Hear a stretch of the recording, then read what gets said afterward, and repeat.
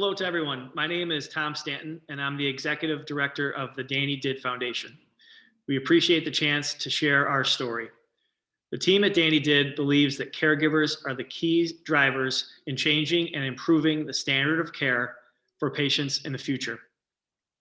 My colleague Mary Duffy and I will be presenting, and I'm going to start by sharing the story of my nephew, Danny Stanton, who you can see pictured here, and who is the inspiration behind the Danny Did Foundation.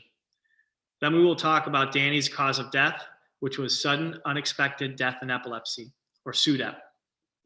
We are also going to highlight some resources that we believe can help to keep people who face epilepsy safer. So on this next slide, I want to start by introducing you to Danny. Danny was an athletic and affectionate child who enjoyed doing everything with his two older siblings, Mary Grace and Johnny, along with his younger brother, Tommy. Danny had his first seizure at age 2. His parents witnessed just 4 more seizures over the next 2 years. He was relatively well controlled by medication. Just a few months before his 5th birthday, Danny visited his neurologist on a Tuesday, where he received a slight modification to his medication due to his weight gain, and they were told they were on a good path. 4 days later, on a Saturday morning, Danny was found deceased in his bottom bunk bed on December 12, 2009. The first time his parents learned the term SUDEP was on Danny's death certificate. His parents, Mike and Marianne, started the Danny Did Foundation to fill gaps in education and communication that they experienced during the treatment of Danny. The name of our organization comes from the last line of his obituary, which was written by his dad, and which read, "Please go and enjoy your life. Danny did." Despite our tragic origins, it is the spirit and joy of Danny's life that motivates the Danny Did Foundation in our work to help other families. The next slide. There are many fantastic epilepsy organizations, and our goal is not to overlap with the work that they do. At Danny Did, we have 2 main points of focus. First, to increase public awareness about epilepsy and the risks that accompany it, and in particular, the risk of sudden unexpected death in epilepsy. We advocate for honest and open dialogue between doctors and parents. As all of you know well, caregivers can and do digest difficult information about risks all the time. At the end of the day, it is our job as caretakers of our kids to consume information and then to shape the best possible treatment plan. Our second area of focus at Danny Did is to increase awareness of and access to devices and technologies that alert to seizures. This next slide, we talk about the risks for people with epilepsy. And as everyone knows, there are several risks that accompany a diagnosis of epilepsy. Risks related to falls and injuries, swimming, bathing, driving, and head trauma are all important to be aware of. A sad reality is that there's also a risk of mortality with epilepsy. SUDEP is one of those mortality risks. According to the National Institutes of Health, SUDEP is the most common epilepsy-related cause of death. The exact causes behind a case of SUDEP are still being studied, so it is important to follow good seizure management practices, such as avoiding triggers and looking into all available therapies. A discussion with your doctor to determine where you or your loved one fall on the risk continuum is extremely important. The Danny Did Foundation stresses the importance of caregiver intervention during a seizure to help reduce risks. When a caregiver is alerted to a loved one who is experiencing a seizure, they can come to their aid and provide support, which may include a rescue medication. The use of seizure detection monitors is one tool that can help to keep your loved ones safer. Before Danny died, his parents had never heard the term SUDEP. It was never a risk that had been raised with them by Danny's neurologist. That lack of disclosure, unfortunately, is not uncommon, but it is something that Danny Did is trying to change. Right now, there is no known 100% prevention tactic for SUDEP.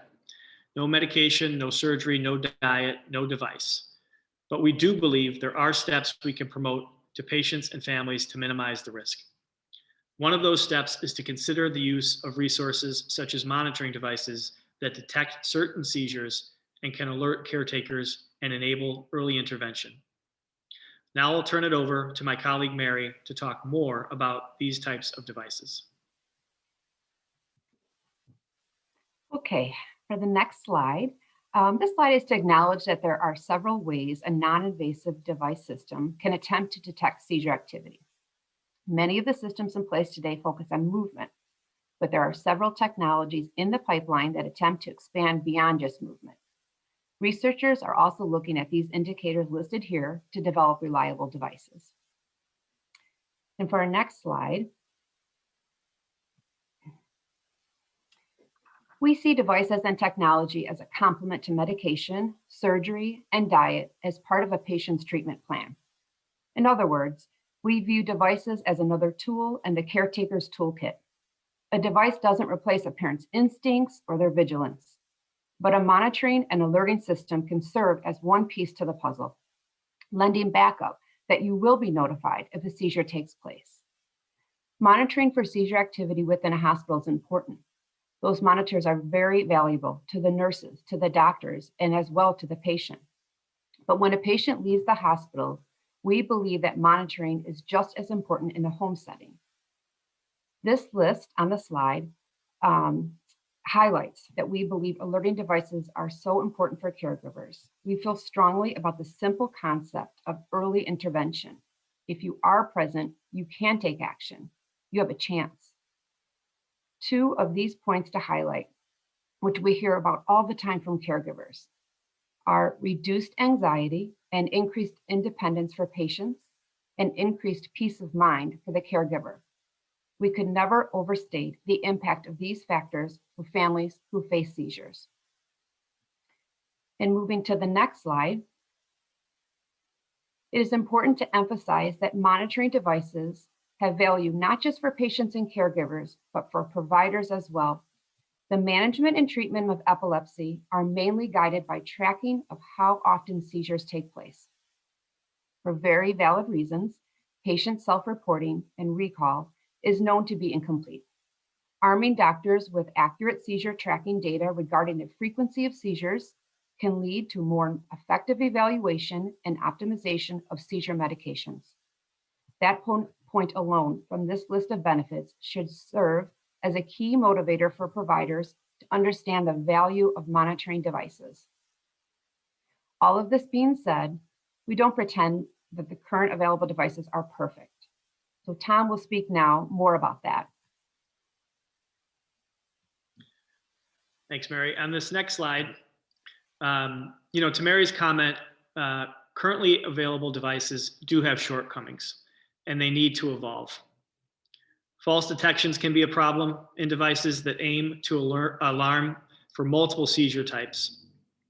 In addition to the points listed on this slide, there can be other barriers with device technology, such as compatibility with other data like health records, prescription info, and lab results, questions around data ownership and portability between platforms, and issues related to patient privacy, and also ambiguous expectations for who is monitoring the data device and when. So on this next slide, we talk about questions to ask when you're considering a device. It's not easy to stay current on all of the device options, especially when the marketplace and the pipeline is always changing. This is an area where we at DRAVET can be a resource. This is a good place for the reminder that DRAVET does not make or sell any products. Our role as an organization is not to recommend or endorse a specific device, but simply to let caregivers and patients know what their options are. Before picking a specific device system, it's important to go through a checklist of practical, common sense considerations. To help with that, DRAVET has created the brochure on this slide, which is available on our website. So looking at the steps, the first being to figure out the best method for detecting your seizure types. So when considering an alert system, an obvious first step is to look at whether the device can detect the seizure types that you want to monitor. Different seizure types can be detected by different methods. We encourage patients and caregivers to talk with their doctors about if and how their seizure type can be detected.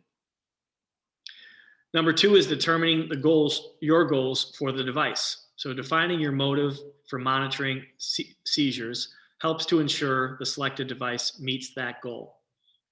So a couple of examples. One goal could be to notify someone when a seizure occurs. So if that is the goal, a major consideration is how the device sends alerts. So for example, is it through an audible alarm, a text message, an email, or a phone call to emergency contacts? Another goal might be to track how often seizures take place. So in that case, some considerations for that goal would include, is your child willing to be monitored? How does the device store data, and is that data secure? And how easily is the data shared with medical professionals? So looking at the third consideration, no device will be effective if it is not used correctly. So consider, will it be physically comfortable to wear? Is your child emotionally comfortable to use it? Are there weight restrictions, age restrictions? Where can the device be used? Inside the home, outside the home? Is it water resistant? Is it battery powered? All these kind of common sense considerations that are very important. The fourth factor we encourage is to understand what is required to use the device. So for example, are other technologies like internet access, cameras, or smart devices needed to support the monitoring system? Does the company that makes the system provide tutorials? We always encourage families to test whether the manufacturer provides strong customer support before you commit to using their product. And lastly, and perhaps the most commonly asked consideration, is the cost of the device. So some monitoring devices can have multiple costs, and questions to consider would include what is the base cost to purchase the system? Is there a monthly or annual fee in addition to that? Are there setup or maintenance costs or any other technology to support the system? And then, is the device covered by insurance or a medical expense account? So next, Mary is going to briefly discuss a range of systems that are accessible now. The seizure detection field is booming, and the options have increased substantially in the last 10 years. There is much more in development than we will mention here. This short list that she will cover does not include mobile apps or technologies that are implanted, such as VNS or RNS. Okay, let's start with the Emfit. The Emfit is made by a company called Epi USA in Texas, and Emfit makes two products that may be of interest to people with epilepsy. The first is called the Movement Monitor, and it's a contactless detection device that monitors for movement activity during sleep. It's a thin product that sits between the mattress and the box spring, monitoring for the onset of repetitive movement. Emfit also makes a second product called the Emfit QS. It is also placed below the mattress and tracks multiple variables during sleep, including heart rate variability. The QS does not have the capacity to alarm, but you can review the data each morning. And the next slide, we'll just go over the Smartwatch Inspire app by Smart Monitor in California. It is designed to be used on a Samsung or Apple Watch to detect repetitive or shaking movements. When the Inspire detects seizure-like motion, it sends a signal to the app running on the user's paired smartphone to then send a text to the phone, or a text or a phone call alert to whomever the Smartwatch Inspire user designates as their emergency contact, such as multiple family members or other care providers. The next product is called the Embrace 2, which is a wristband system. It's made by Empatica, and it is designed to detect and alert for tonic-clonic or convulsive seizures after 20 seconds, and to monitor physical activity and rest. Embrace 2 transmits data to a paired smartphone via Bluetooth connection and has the ability to alert others via text message and phone call when certain seizures types occur. This system is FDA approved to indicate for movement for patients 6 and older, and it does require a prescription if you live in the United States. The next slide is the SAMI. The system focuses on nocturnal activity, and the SAMI stands for Sleep Activity Monitor. During sleep, audio, video information from a remote infrared video camera is placed near the bed and is sent, the information is sent to an app running on an iOS device, such as an iPhone or an iPad Touch. The SAMI app records and analyzes the video for unusual activity. When that unusual activity is detected, an alarm is sounded on the Apple device, which is usually placed in the parent's bedroom, followed by live sound and video from the SAMI network camera. If the alarm is triggered, the system records the event as well, and the recording can then be shared with your doctor. Another device is called MECU, a product that was not specifically designed for epilepsy in mind. However, the system that uses radar technology can track many indicators, such as motion and sound in real time. You can set alerts for some of the features, and a key component is that it does send an alert if breathing ceases for 20 seconds. MECU is marketed as a baby monitor, but it does not have age or size restrictions, so adults can use it. Added features specific to seizures are currently being studied at the Boston Children's Hospital. And the last one I'll discuss is the pulse oximeters. While these devices are not explicitly designed or manufactured to detect seizures, with their ability to measure heart rate and blood oxygen levels, pulse oximeters do have applicable monitoring and alarming sounding functions that can be useful to someone who experiences seizures. You will need to work with your doctor to obtain a pulse ox. And now I'll turn it back over to Tom for a preview on next generation of epilepsy technologies. So it's definitely fair to say that non-invasive and wearable devices for epilepsy are still in the early stages, but in general, they are becoming more sophisticated and more reliable. Detection for generalized tonic-clonic seizures to alert caregivers and enable timely intervention is currently pretty strong.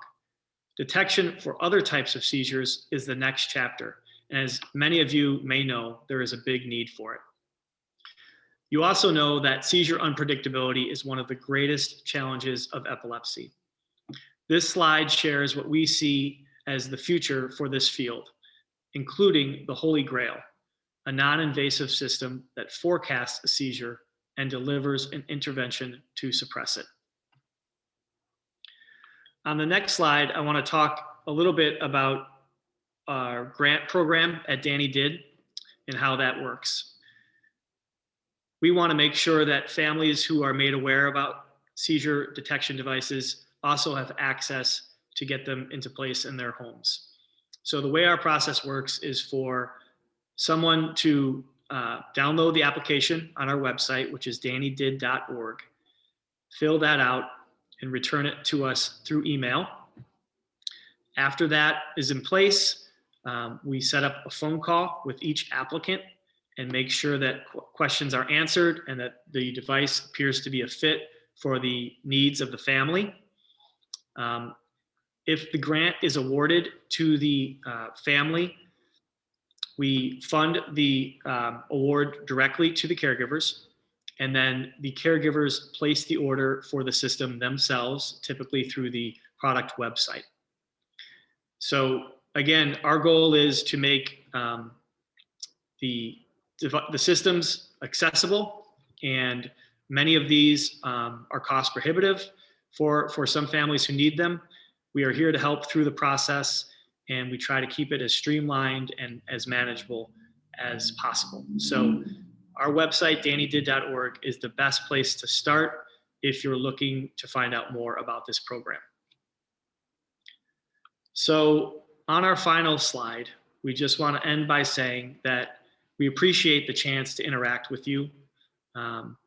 Empowering the community with information is a huge part of our mission.